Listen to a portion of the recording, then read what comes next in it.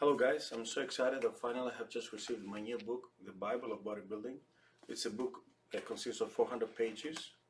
You can purchase this book on Amazon, and this book contains my former books, The PDs Used in Sports and the Good, the Bad, and the Ugly, plus the Training, Nutrition, Supplementation, but also including extra features, Q&As about gear, about HRT, but also a quiz regarding supplements, diet, and of course PEDs. So the Bible of Bodybuilding on Amazon, both on ebook and Kindle version.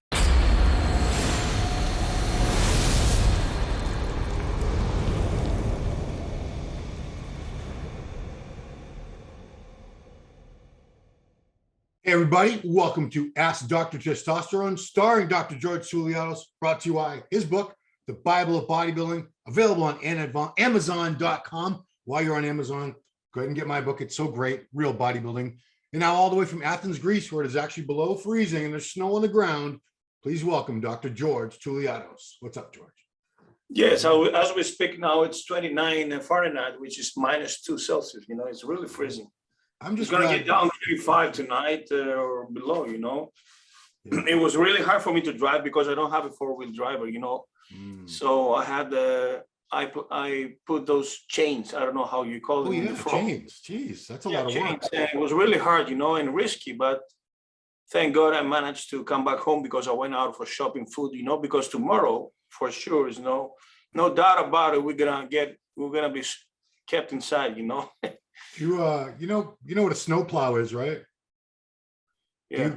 Do they have snowplows in Greece? I'm not sure about it, but you know, it started snowing today at 9 o'clock. Before that, the streets were empty. Clean of snow, you know. Yeah. And believe me, within 2 hours, it was really a snowstorm. And now the beginning of the week, of course, everybody's out. Yeah. And I guess most of them didn't have the chains in the car, you know, a lot of trafficking, you know. So I guess everything will stop. Everything will stop from tonight, you know. And tomorrow, I guess, perhaps Wednesday. Yeah. I guess from Thursday is gonna start again the normal trafficking. So you don't have trucks that go around with the plow in the front that cleans. We do have a run, but you know, they're not like in the US every 1 hour or so, you know. Oh, yeah. So they throw salt also, yes. But Greece and every Mediterranean country in the south, you know, is not used to this. Yeah, I mean, I didn't even think it snowed there, except I did tell you in the beginning of the movie 300, which is Sparta, which is part of Greece. Yeah. They showed snow, but that was a movie. I don't know if that was real, how realistic that was. So I had my workouts until yesterday, and I have to tell you, my body weight, I broke the 91 kilogram bar. You know, I'm 201 actually now. You know, you can see my obliques over here. You know. Oh yeah. Yeah. You're close. Yeah. Yes. So now next comes the Christmas tree. You know, and I guess 195 I will be ready, but I'm dropping really slow. Yeah. I'll see you, Columbus, and perhaps I'm gonna show you a little bit in the restroom. Yeah, no pose down though, because I'm not dieting. I'm not trying to be that lean right now. Talk to me in the summertime. I'll be ripped. But so less than 5 weeks, almost one month more, huh? Yeah, you'll be more ripped. I'm not going to get any more lean. So last week we got some news. You know, the George Peterson, he passed away last October, and I didn't think we were ever going to see the autopsy results. I didn't think they would ever be made public. Well, Milos texted me that morning, you know, WhatsApp, and he told me, I guess it's cardiovascular related. Yeah. But my speculation was the last week, what happens usually is diuretic abuse. Yeah. To me, somebody who's 30 years old, it's rare to die of acute myocardial infarction, which is heart attack out of clogging the arteries, you know, which is ischemic. So I guess it was heart arrhythmia related. Now, heart arrhythmia is a result of spironolactone abuse, hyperkalemia, elevation of potassium, you know, the potassium sparing diuretic. Yeah. And number two now, because I had it myself and my brother-in-law is a cardiologist, during left ventricular hypertrophy, where everybody has, everybody, and especially those who compete, the left ventricle that pumps blood through the aorta to the periphery, to all the tissues, thickens. Why? Because we lift heavy intensively. And number two, because it has steroid receptors. So gear thickens also the heart in combination to the resistance training, because the myocardium, the heart muscle, possesses 50% skeletal muscle fibers. Wow. So it's a mixed type of muscle. Right. Myocardial type of myocytes, but also skeletal contractile. So it thickens. Now, if it thickens a lot, what it does, it struggles the coronary arteries, and blood cannot pass through them. So there is some ischemia that can lead to some arrhythmia. This is my brothers-in-law theory, that thickening of the left ventricle can lead to some arrhythmia. You know, of course, not the fatal arrhythmia that hyperkalemia does, which is the ventricular fibrillation, but some ventricular tachycardia. I read the autopsy results. It said that the electrolytes were fine. Oh, really? You I saw guess the, so. did you see the full autopsy results somewhere? Because I haven't been able to find them. I read that in a Greek website, and it translated, saying that the electrolytes are supposed to be fine, so no potassium elevation. But there was thickening of the left ventricle that may contribute to arrhythmia, and also there was increasing blood pressure. This is what it said. It said death. This is on the TMZ website. They had to quote the report. He died due to a sudden cardiac dysrhythmia due to dysrhythmia means arrhythmia. Okay, irregular heartbeat, the rhythm. Due to hypertensive cardiovascular disease. Now, left ventricular hypertrophy leads to hypertension, the LVH. Okay. All right. It noted, this is odd because I didn't know that. I know cause of death is listed, but I didn't know like contributing factors, because it said allegedly anabolic steroid use was a contributing factor, but it was indirectly, but not the cause of death. It contributed to that. Right. But they would say that on the autopsy. They would actually put that on the autopsy. No, in the autopsy, I guess, is yes or no what killed him. Yeah. So, for instance, if it was COVID, it would be blamed COVID. But in this case now, it's not just the steroids, but what lead to the cause of death, which is arrhythmia. Okay. Now, the steroid abuse will narrow the lumen of the arteries, passing less oxygen, and this ischemic effect will perhaps lead to myocardial infarction, which is actually not the cause of death, okay, but was irregular heartbeat. And I'm telling you that LVH can lead to some arrhythmias, but not fatal arrhythmias. Fatal arrhythmias come only out of aldactone, spironolactone, which is an aldosterone blocker.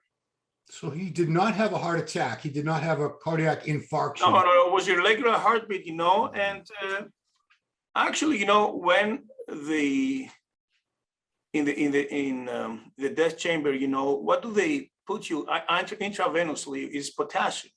They give you potassium to the Green Mile people, you know. Wow. Yeah, and it kills you in a heartbeat, you know, out of arrhythmia. Yeah, so they intravenous you extra potassium. But I guess he was too young to die out of a heart attack, you know. It didn't happen to Dallas. It didn't happen to who was that so young? Piana. Well, Piana wasn't that. Oh, Piana was 46. Yeah, Piana was 46. Actually, George Peterson heart was enlarged. Was half a kilogram. Was 500 grams, which is enlarged. Yeah, I looked up the average because I don't know how big that is. It's 300, 350. So like it's this. I found one said 290 was average, like 289. Yeah, 300. Yeah. Andreas Munzer had 600. Wow. And he was 31. Yes. Wow. Piana had 800. Dallas also, I think, at 25 or so, he had enlarged heart also. Oh yeah, I think. Now this is a result of LVH, but mainly this is organomegaly out of GH use. You know. Yeah, I mean the heart grows on all athletes. But I cannot buy the thing that he just had Winstrol and Ecupos in his blood. Oh come on! Just before the show, the Olympia, he's taking a stack of gear. You know, at least 5 different cutting stacks. Right. Well, I wonder if those are the only ones that they had testing for. Now, if they have found metabolites of Ecupos, it's more likely because Ecupos is so long lasting that you may inject it 3 months ago. You know. Right. But only Winstrol, come on, where is Trembolone? Where is Master? Where is Ecupol? Where is, testosterone propionate? Where is Anavar? Where is how testing? Yeah. Well, those, this is classic combo, you know. Right. Yeah, that's why these autopsy results they don't sound 100% accurate, legitimate to me. Like they don't sound complete. And it just seems weird that they would list anabolic steroid use as a contributing factor. Like if they found that you died of cirrhosis of the liver, would they list on the autopsy report, alcohol abuse was a contributing factor? I didn't But think that they did alcohol that. leads to cirrhosis, you know, but Right. after when cirrhosis comes, then it's liver failure, you know. Right. It just seems kind of odd, but I guess that's we'll move on. I mean, there's more, and hopefully we can get maybe Dr. Thomas and we can do a roundtable. I'd love to talk to both of you guys about this because this is very. Thomas was very successful to speak about the autopsy of Dallas and Kiana. You know, it almost reached 1 million views. Right. So yeah. Yeah. I mean, you guys. I'd love to hear both of your takes. But it needs to be accurate, you know. But I guess it's a little bit delayed from October, isn't it? Yeah, I don't know what took so long. I honestly didn't think we're ever going to see the results because, And I'm really surprised not to see some electrolyte imbalance, you know, because frankly, in the last week, what happens is the electrolyte imbalance out of diuretic abuse. That's all. Yeah, I mean, so you make it to the end and you die in the end out of this. This is what happened to Benaziz also. I mean, we don't know 100% if he was using diuretics or not. We don't know. Now, if there's a super increase in blood pressure out of stimulants, also, yes, there might be a rupture in cerebral arteries, you know, you have a stroke. But I don't know, it didn't mention any cerebral hemorrhage, you know. Are diuretics, would they have found diuretics in a toxicology report or no? No, because they say there is no electrolyte imbalance, increased potassium, for instance. Okay. What killed him is increased potassium, the most likely scenario, you know, to me. Okay, gotcha. All right, well, let's move on to some questions, doctor. You got some good ones this week. First one is, I stopped taking 100 milligrams of DHEA since it caused me to pee every 2 hours. Did not matter if I was sleeping or awake. What caused this? Any clue? I stopped taking it, took a few weeks and went back to normal and sleep 10 hours straight again. Wow, thank God. Once in a while, I might get up once to pee. That DHEA really messed up my sleep. I didn't know that about DHEA. It makes you pee? Well, DHEA metabolizes also do dehydrotestosterone. That also affects the prostate. And especially in this large dose, 100 milligrams, take it easy. Okay, we'll also produce some estrogens. But I use 50 milligrams, even though my blood levels of DHEAS are a little bit above brain range. I'm not taking more than 50 because it will increase more estrogens, estrone, E1, but also perhaps some DHT, you know, so because it's an androgen also. It's a mother of all hormones that produces all the list of the androgens. And so use it moderately, you know, you shouldn't use it more than 50. 50 is enough. Yeah. I mean, when you're awake, I pee at like once an hour. I don't go to me that to go 2 hours without peeing, that'd be great. So maybe I pee too much. If you're drinking like a gallon and a half of water a day, I think you'd be peeing more often than every 2 hours. I do. I pee at least once an hour. That's just me. We're having a great discussion about urinating. All right, next one. What are the best natural supplements to use year round? Are there any specific supplements to use along TRT? You're speaking about performance supplements or over the counter legal supplements? Anything. So I'm using all year round, nonstop, a protein blend, collagen powder, liver aminos, leucine or BCAAs, glutamine, occasionally a cycle on and off creatine monohydrate, and of course a multivitamin pack. Okay, yeah. With TRT, are there any special supplements somebody should be using? Not a special. I mean, testosterone is not toxic, right? But for the sake of the lipids or the liver or the viscosity, you may use all these stacks that I've been telling. So for the liver, NAC, glutathione, alpha lipoic acid, milk thistle. And then for the lipids, it's red rice yeast, polycosanol, bergamot, phytosterols, and resveratrol and niacin. And for the viscosity of the blood, you may use fish oil, and actually krill oil is the best. Krill oil, yeah. And magnesium also, it relaxes the heart muscle at night. It's good. And yes, no medication. I'm not referring to medication, but these are some mast supplements that you should use all year round, you know? I know. Yeah, I use pretty much almost all those. All right, next one is from Gus Poulos. What's up, Gus? Hello, doctor. I would like to know why Deca takes such a long time to see and feel any effects. I would say it's about 4 weeks before I see anything. When I use Trent and Nanthate, I see results after 1 to 2 weeks. Yeah. Because the acid is very slow. It's even slower than the Nanthate. It's undercounting. It resembles the libido. Okay. Yeah. But you know, it's in your system, so you don't have to inject that often. Right. And you have this feeling of being jacked all the time, you know? Yeah. It doesn't clear your system easily. Actually, it's the worst drug for drug tests. doping, yes. 18 months, you know? Oof, imagine that. Oh, yeah. I mean, imagine failing a drug test and you've been off all steroids for 1.5 years. Wouldn't you feel, I'd feel like an idiot.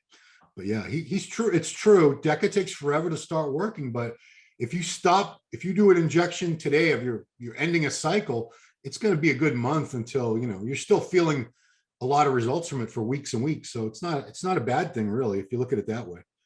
Okay, next one is, what carrier oil does Dr. T recommend for steroids? Is purified olive oil a good source? Has Dr. T heard of Testosterone Depot and Anthate from Galenica? And what does he think about it? Thank you, doctor. Now, Galenica is a compound, I think, from Serbia. I've tried it. Yeah, some testosterone and theta, yes, 250. Yeah. Now, the castor oil is classic. Castor oil. Castor oil, yes. Wow. What else do they put? Sesame oil, I guess. Sesame oil is very common. Linseed. No, not linseed oil. That's a cleaning solution. Yeah, I think sesame oil is probably that's the one I hear about the most. I think that for the underground steroid manufacturers, I think that's the more sticky is the more dense, the milligrams. Gotcha. Okay. So this is a follow-up question from last week when you talked about HGH frag and GH. So to understand correctly, did you say that the combination of GH and HGH frag is the most effective versus? I guess so, for fat burning. For fat burning, okay. It doesn't mean that if you use it, if you just use the GH, you won't have a fat burn, you know? That's true. I mean, that's the only thing I've been on it now almost a year. It'll be a year next month. And I didn't get any bigger from GH. I was only using 4. I use leaner with the same calories, huh? Yeah, exactly. Didn't change diet, no more cardio, but leaner. That's decent though. That's cool. That's good, huh? Yeah, can't complain. Okay, here's an ephedrine question. Ephedrine is officially banned in the US, but an over-the-counter, no prescription needed medicine called Broncaid for asthma consists of 25 milligrams ephedrine sulfate and 400 milligrams guaifenesin per tablet. Could this tablet supply the ephedrine for an effective ECA stack? Say 2 tablets a day for 50 milligrams ephedrine per day? Would the accompanying 800 milligrams a day guaifenesin be a problem?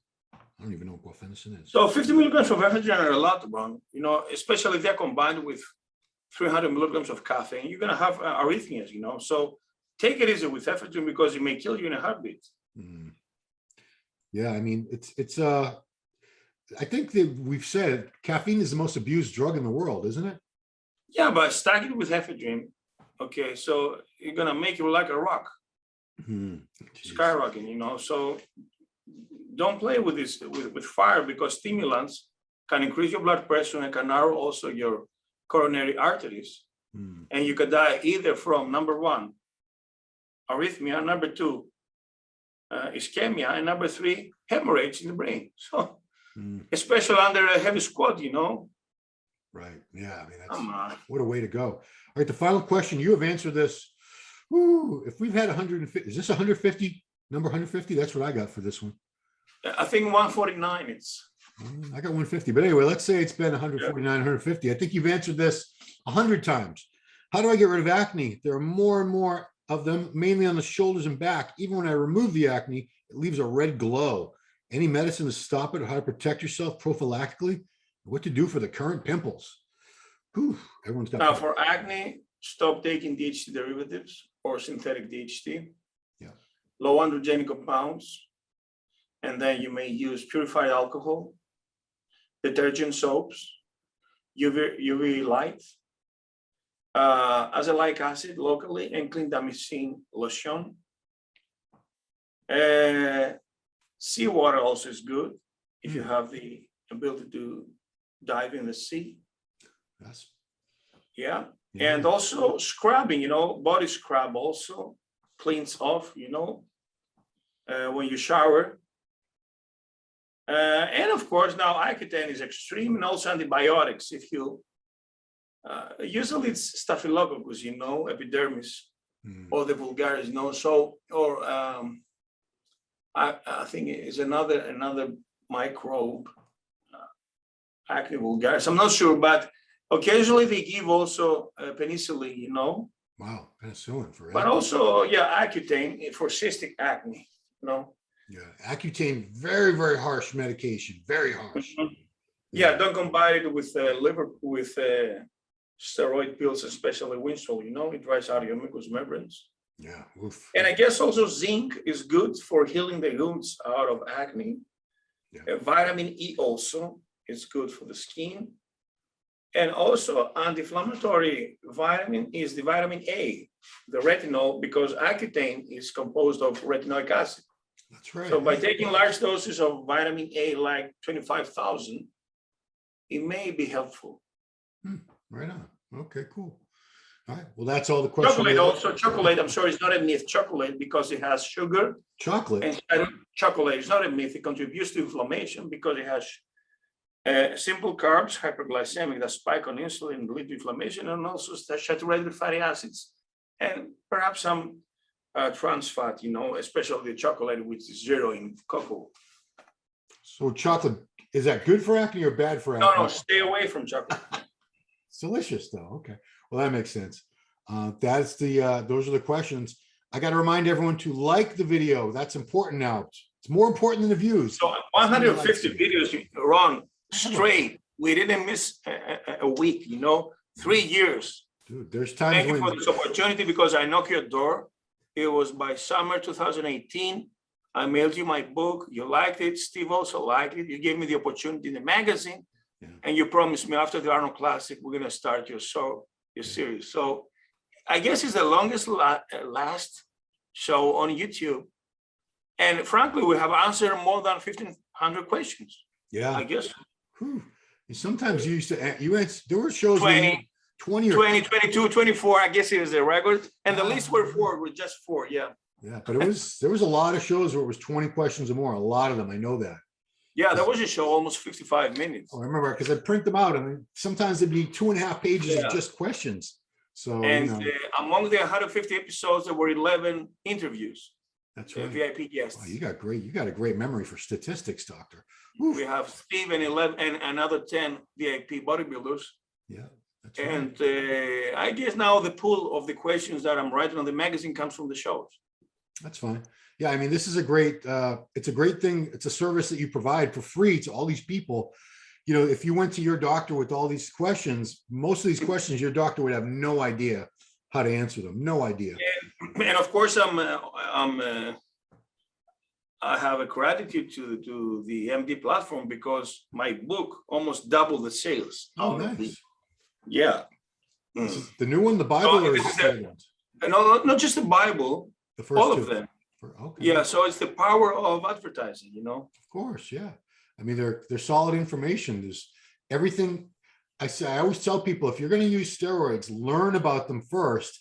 And your books are a great way to get a very basic foundation of the knowledge that you should have before you're putting these things in your body, because they're not harmless. They are drugs. They change your body. Not just an expensive sport, but dangerous sport if you don't know how to play by the rules. So you may be, burned, let's say, get toasted. And actually, number one in views, it was the bulking and the cutting cycle just before the Olympia of 90. It's about 120,000 views, so far. Wow. Yeah, it's funny. I've talked about this with Thomas. You could do a show about how to stay healthy, and it'll get like 1,000 views. You do another show about how to get big and ripped on steroids, it'll get like 20,000 views. Because health health isn't as important to a lot of people as the results. They just want it now. And I get that. I totally understand that. But This is the shallow approach. It's just thinking in the now, thinking about right now, not thinking about the I future. remember when I first wrote my book 10 years ago in Greece, everybody was going back to the cycles. That's awesome. What a dork, you know. Yeah, cool. Well, that's it, guys. Like the videos. If you have questions for the doctor for the next episode, please leave them in the comments. Like the video, share the videos, subscribe to the channel, hit that notification bell. We got a great show every week here with Dr. Touliatos. Appreciate having you here, doctor. Appreciate you guys all watching this show every week. I think it's one of the best out there on YouTube. Ask Dr. Testosterone, and we'll see you next time.